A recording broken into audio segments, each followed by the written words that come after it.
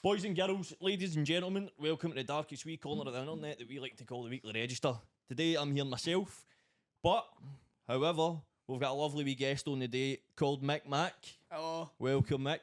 So, like I was saying to you earlier, is he a comedian? Does he make films? We don't know. What do you do? Do you do all the above? Do you make porn? I do all of the above. I've not made a porno yet, but nothing's Fucking off the liar. table. Nothing's off the table. Well, private use, but nothing's off the table. Right, anyway, thanks for coming in. So, you've just recently done a short film. You were saying, we'll get a wee chat about that. How did you find filmmaking? 'Cause I've been in a couple myself, so I have just as acting, which was pish. But how do you find the production of it?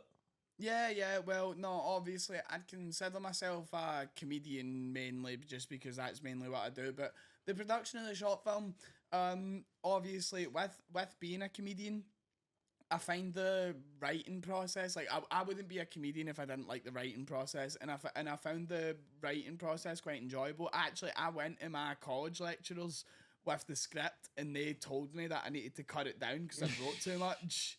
But yeah, no, I really enjoy the writing process, the directing process. Obviously, see what you're envisioning, you're never gonna get exactly that, especially when it's your first film ever.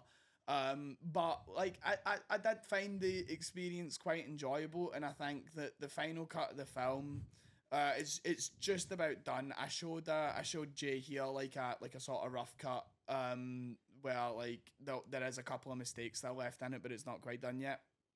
And I found the experience quite enjoyable. I like my edit and I like my camera work. Directing, it is a bit of a stressful job because you're trying to explain your vision to these people who don't know what you're envisioning. But I did find that the communication of it did come easier than I thought it would. But like I think that's also to do with working with people that you like. No, 100%. And working with people that get along with you. No, another question I wanted to ask in this, obviously, with the sort of road that you went down with your short film, having Ryan, who fucking isn't here, you wank.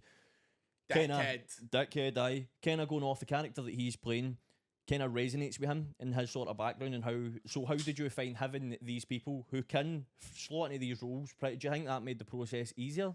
It did. No, I think Ryan, obviously, well, I'm not going to say obviously, but he's not a trained actor. He's never really done an acting role in his life, but basically how that came about is that I was trying to find an actor to play this pure Ned character, like absolute fade scheme, running a gang. Like, he's just sitting there shifting. That's been his whole life. No. And see a lot of actors in Glasgow and Scotland, they're just a bit preppy for that role. They're just say it how it is. They're fucking wanks. Yeah, but alright, yeah. I'll tell. Look, I've said it on here before. Obviously, this is your second episode, and I'm here. I'm going to tell you how things is. A shovel's a shovel. Don't like a fitness industry. I'll fucking tell you. I think your Glasgow Uni actors. Wanks. Yeah, posh wanks. And then I put up a wee post in the comedy form basically being like, I need an actor to play this really heavily Neddy character. And I remember Rob Kane commented, I was like, this cunt's supposed to be 30. You could be my granddad. But no diss to Rob Kane, but you were a bit old for the role. That's what I said to my uncle. No, but and then Ryan had came up and he'd swiped up, and I was like, that's actually quite perfect because I know he's a boy for the scheme, but I also know that he's willing to work with me and see out what I'm seeing. I mean, despite the fact that he's not been here tonight, right? But usually he's on his ball, and it was really refreshing to have somebody played that role. I'll tell you a story, right? So there's a scene in the film. If it's out by now, then maybe something will play, but I don't know. Well, basically, one of the characters is bagging up cocaine, and I was showing him how to do it from my understanding. But and then Ryan had came up to us off camera and went, "You're doing it wrong," it went like that and showed us out to probably there, but it was just like, nah, it was good to know that I'm saying that Ryan's a drug dealer and like that, but I'm just saying he's been around people like that, and he knows what the script I know is. one of them sitting here. So he was actually able, like, as a boy for the scheme myself, he was able to advise further, like, on how things should be shot and how characters should be acting when they're acting in that sort of manner. So it was an absolute pleasure to work with him. Obviously, at first day he's a bit nervous because it's his first time being on camera, but and then see by like day 2 and day 3, he'd sort of got the hang of the role. And if I do feel like I'm gonna reshoot this short film and add stuff to the script, and when that happens, Ryan will be coming back because he really fell into that role by the last day. If he's sober, that is. There's one thing I do want to touch on, and I don't mean any offence by it. Obviously, you talk about being free scheming whatever yourself, right? See when I first saw you walk through, with like the baggy jeans and all that, you don't seem obviously talking about you. You've got your stories and stuff like that. You do not give off the perception of, know what I mean? Run about with lockers and tenor bags. You don't really get that perception off, which is great. It shows that sort of mentality for running about here on. You're kind of put into a division of how you look. Know what I mean? Yeah. But 100%, mate, it's mental. Like at first, I wouldn't have believed it until you started like talking away and opened your mouth and I seen your short film. But it's wild. I suppose I don't really look the type either. I'm sitting here with a tight fucking top on. Like, but anyway, moving on. But I feel like that's what a lot of scheme cunts evolve into. Like, as soon as they've shook off their background and they get pure into the gym and then they start wearing that gear. Aye, fucking too right, mate. It's the way forward. But anyway, on the topic of correlation, how do you think shooting your short film kind of goes along with your comedy? Because obviously it's a pretty serious sort of subject that your film's going off of. Then I've seen some of your clips and stuff like that. How do you find the transition? Almost correlation is probably the wrong word. Transition. Yeah, no, I mean, like, just to get back, it is definitely, like, you don't need to feel like you're offending me because it is most definitely not the first time that I've heard that I don't seem like I'm a boy that grew up in Tollcross Parkhead. No, 100%. No, like, it's no the first time I've heard that. Like, it's really until people hear me speak. But that is just the thing about it. See when you think about a cunt for the scheme, then you're thinking Lacoste baggies, all these zippers and all that. Aye, slasher hats and that. Aye, no, aye. And that was never me. And I've been honest about it in my stand-up set. I've been slashed with a machete before. I've been through all this shit. I used to shift a wee fucking bag of weed here and there, like nothing serious. But I know, like I definitely was in that sort of mind state. But it was just like I never really associated with the group. No, the gang violence and that. Cause that's what it is. Your postcode wars is a gang violence. No, exactly. Gang mentality almost. Like, obviously, like I've got family members that have been through really traumatic incidents with that sort of thing. Like up until a couple of weeks ago, quite recently. But like. I just feel like a lot of people assume that I've not got that background. Like that's why one of the jokes in my set is talking about how I grew up in Tollcross, not the Tollcross in Edinburgh. It's a very different place. But like, and then I think like people will assume that I'm not from that background, but I feel like it just takes a short conversation with me to realise that I've seen that stuff. But I like to present myself differently because I feel like I don't. You stand out, mate. Put it that way. You stand out. I don't identify myself with that sort of culture. I don't identify myself with that culture, but it is something that I grew up with. So it's like I want to separate myself from it while sticking to my roots. And then I think that the transition going from like writing comedy films to writing short films probably easier than I thought it was because I've been doing YouTube videos since I was 7 years old, so I'm 18, and I'd been uploading YouTube videos since 11. I don't do it anymore, but like it was a very long period of my life which sort of got me into TV production.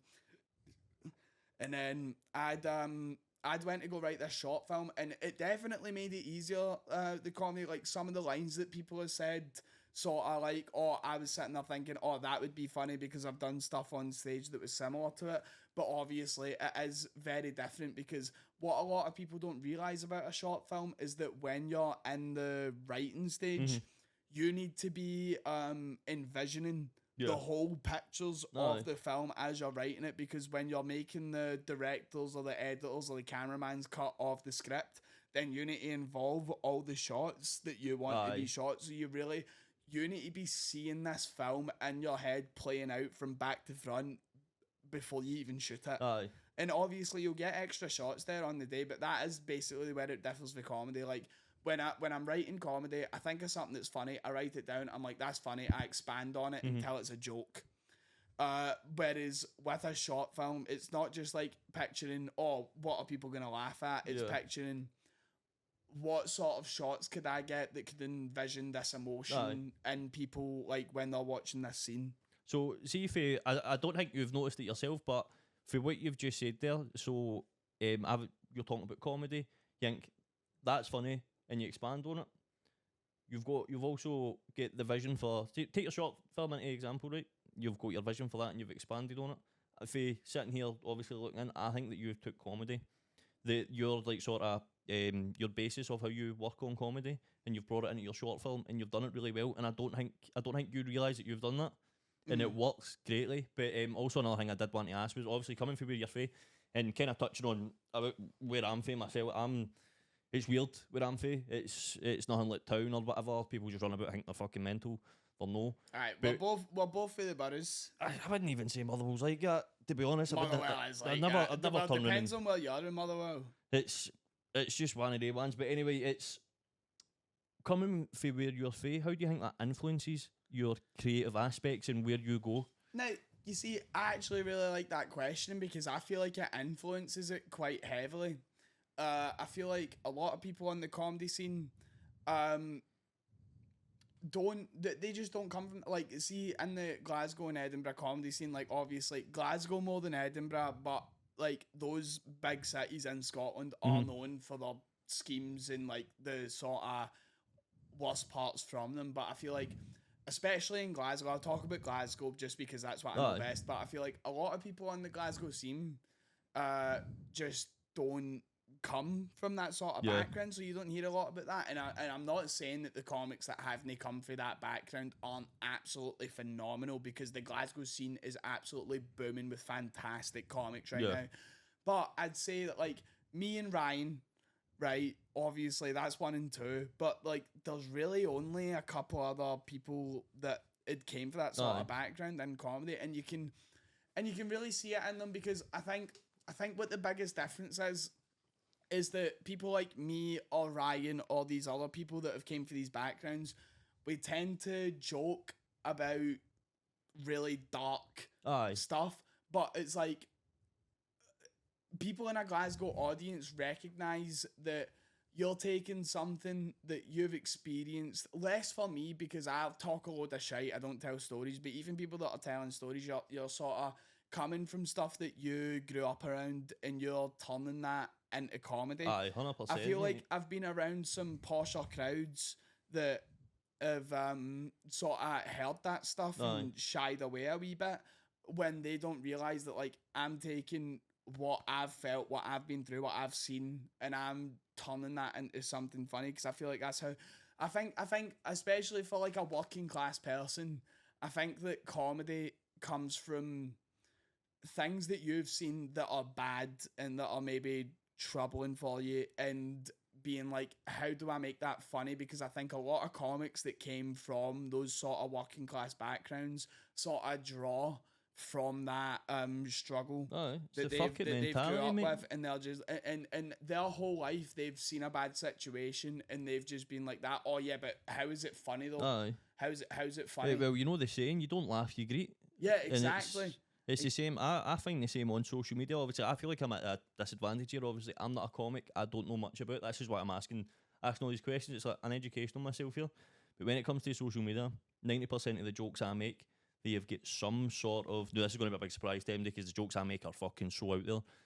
A lot of the jokes I make have got some sort of resonation with either something that's happened in my life, something in my past, and whatever. So when you're talking about, especially the comics run about bringing the jokes for the dark sort of areas of life, I dig with 100%, mate. I'm there with you. It's because it is funny, because people can resonate with stuff like that. People can resonate with your dad walking out people can resonate with parents not being there, death, whatever the fuck it is, because it's these human emotions that we feel.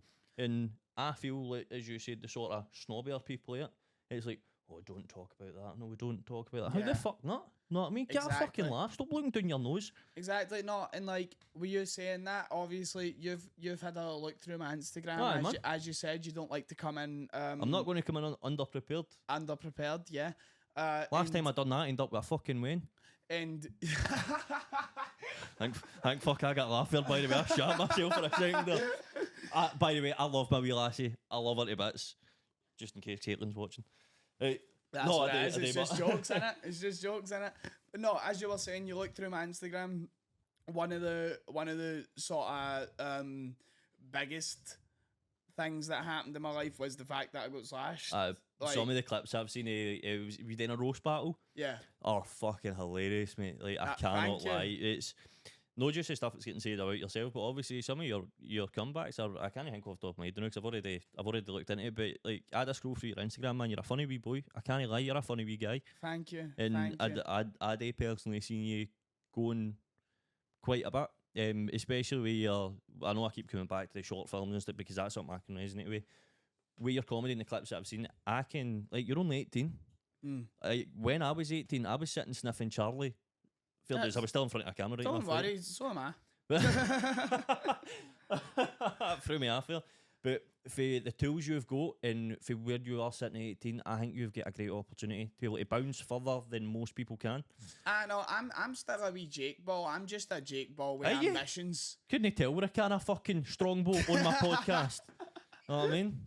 But nah, man, it's I'm digging with the vibe that you've got going on. A day I feel like you can go. Yeah, I get you. No, like what I was saying before is that, like, obviously you're gonna draw from some of your darkest experiences, and then like one of the things with me is the slashing, obviously, and then the joke, probably one that you've seen on my Instagram, is I'll tell you 2 fun facts about me. I've got celiac disease. That means I can't eat gluten, barley, rye, etc.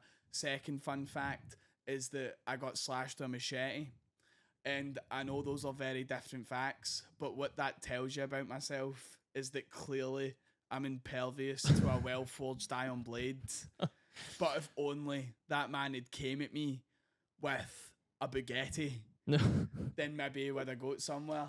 But like, I feel like one of those things is just like, it's taken one of the darkest experiences of my life where I had to go back to my family dripping blood after just being like seriously assaulted, and then turning that into something silly. Well, like, the audience will always pull back as soon as they hear that. No matter how rough the audience are, they'll pull back as soon as they feel that I've been slashed. But then, as I say, maybe if he came at me with a baguette, then that's when they sort of come around. And I feel like that's the art of being a comic, of like, especially when you come from that background. It's like taking the worst things that you've saw and maybe the darkest stuff that you know about, and like turning that into something funny, because a lot of people see that as you taking something offensive and trying to make light of it.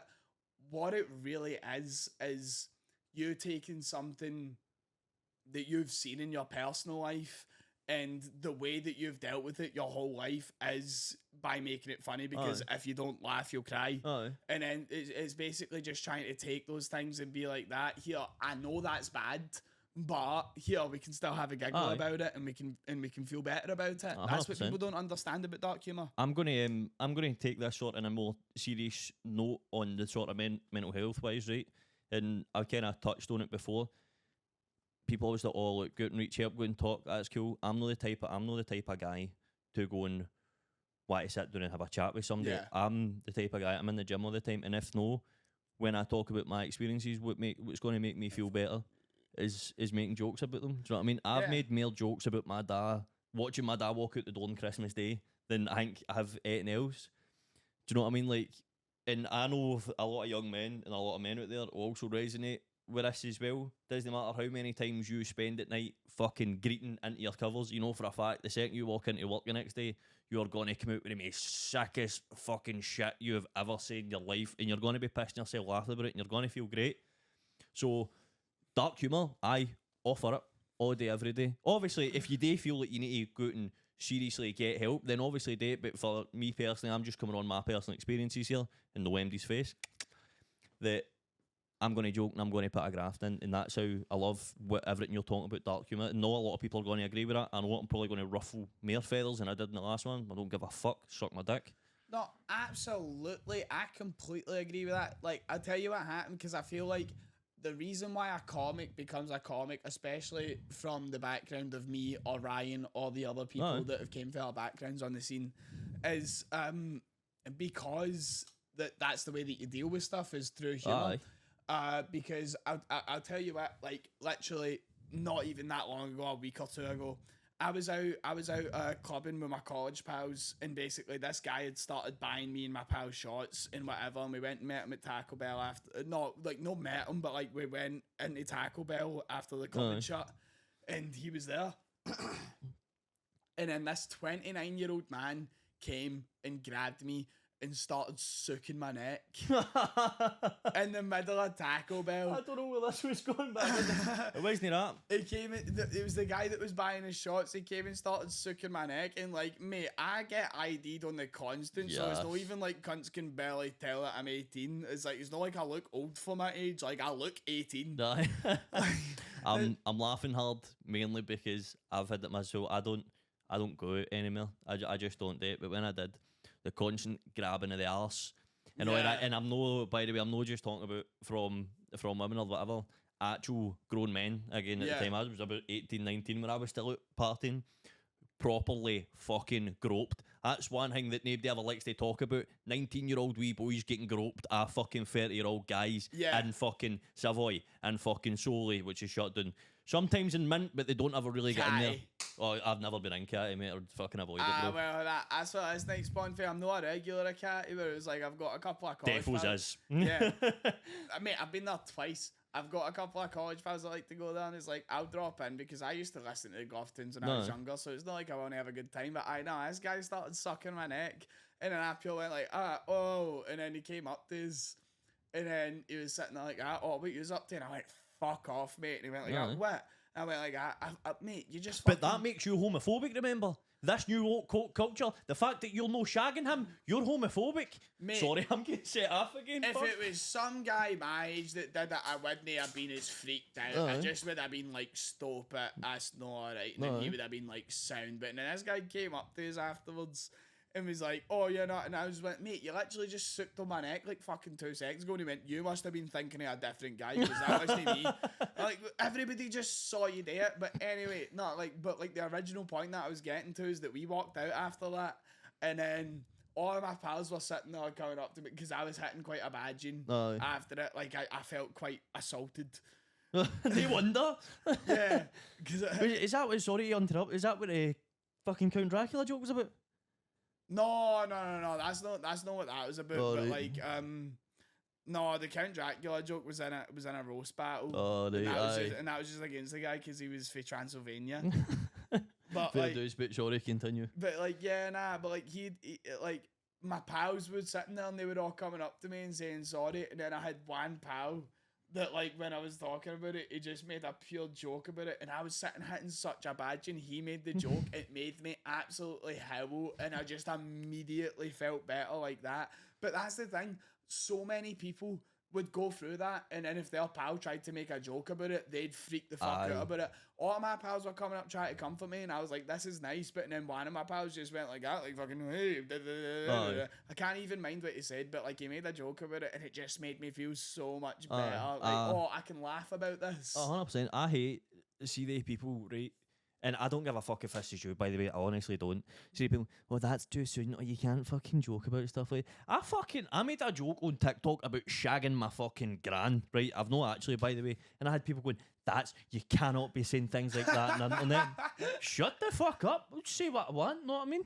It's no, that's too soon. Like, at my couple of years ago, it's my younger brother's uncle, right? But he's always been close to me as family.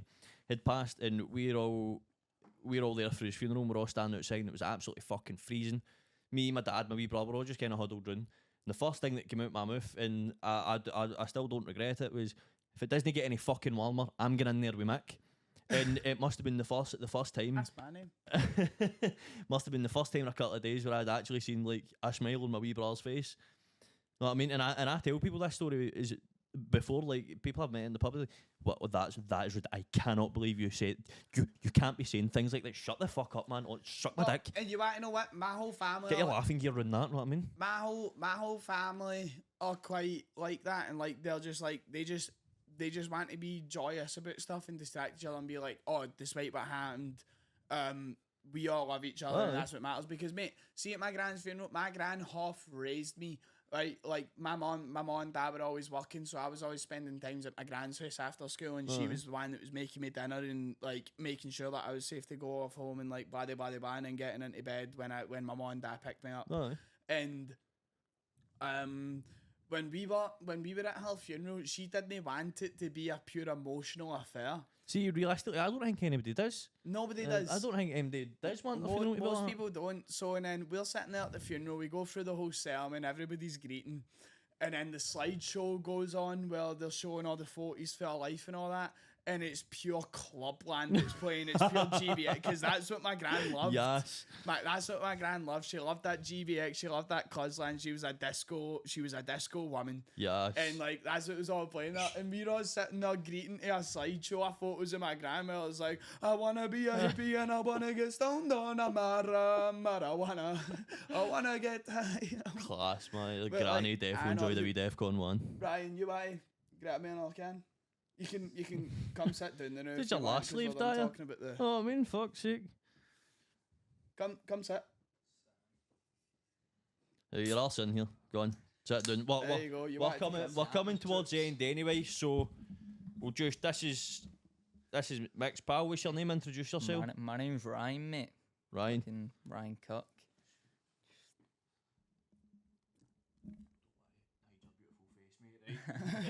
Sorry. Continue. What's your name? Ryan, mate. Right. What's your thing? So obviously I'm here on the sort of fitness / rape joke entrepreneur of social media. Mick here, who's Comedian / director. So what about yourself, mate? What's your vibe?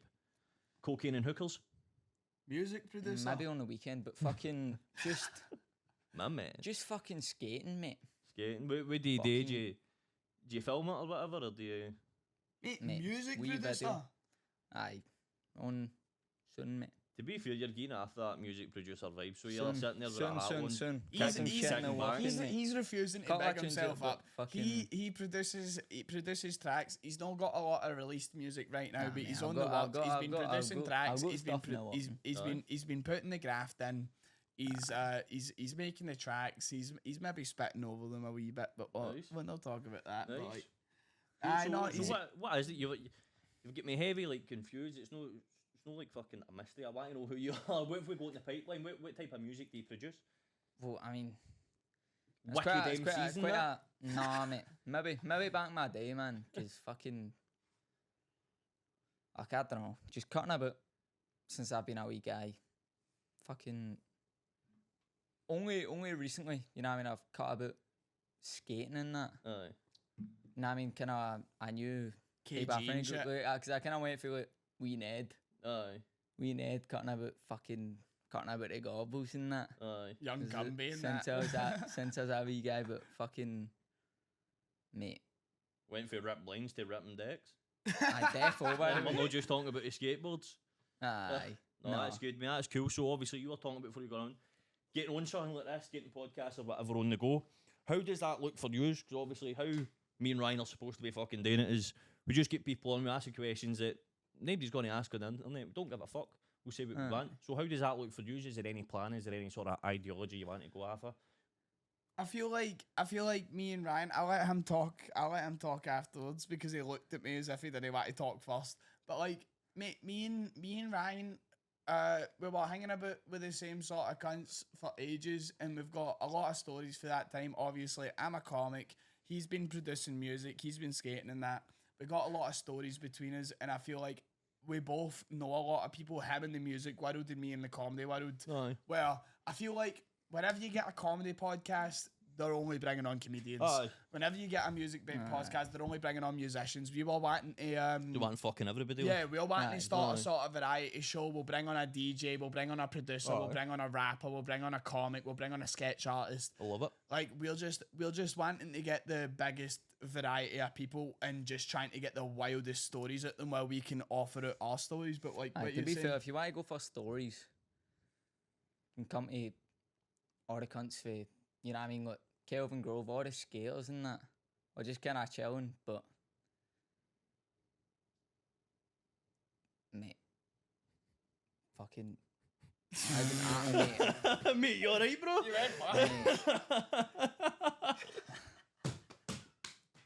Yeah. Mate.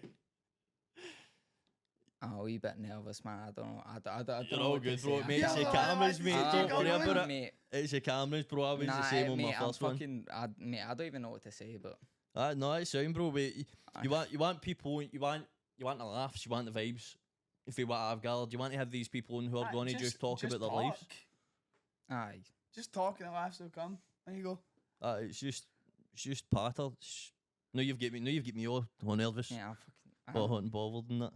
It does come to me, like I've been in front of camera for fucking what, nearly 5 years now. I know, mate. That's what's kind of mad about it. Fucking, didn't even think I'd ever really get like a chance to talk on something. Well, here we are You know what now. I mean? You fucking mate, see what you want. fucking- As long as you're no racist, I don't care. You know what I Aye, mean?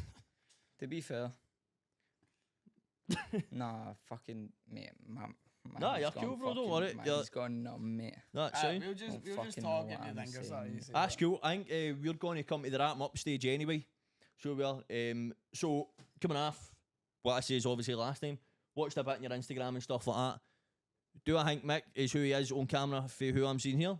Definitely. Like I says, I thought I genuinely went for the schemes and that whatever. I did not see it whatsoever till he started chatting away. But it has been fantastic having his own. If you want to plug your socials, now was the time to do it. Oh yeah, all right. Well, me on TikTok and Instagram, it's at Mick Stand Up. That's MICKMAC Stand Up, all one word. My pal's actually got a tattoo of it on his collarbone because he lost a game of odds. But like, yeah, no, that's me on my socials. What are you saying? I'm just a bit of a wee awkward bastard, so I'm no even. You don't even shout Was on it socials? SoundCloud or that? Where do you produce list your of my- music? List of my socials. Where do you produce your music? We'll get it plugged. Fucking in my gaff, mate. We cracked the we cracked the FL number. Nah, I mean, Right, cool. make my beats and that. We can't but put your address up, but we'll Aye. produce and we'll get somewhere. Anyway, boys and girls, this has been the weekly register. Myself, for a change, it's been weird, but we've got there. Peace out, fuck bitches, do drugs. It's been absolutely lovely talking to you, lad. Anytime, man. Anytime. Fucking, I'll be back on in a minute.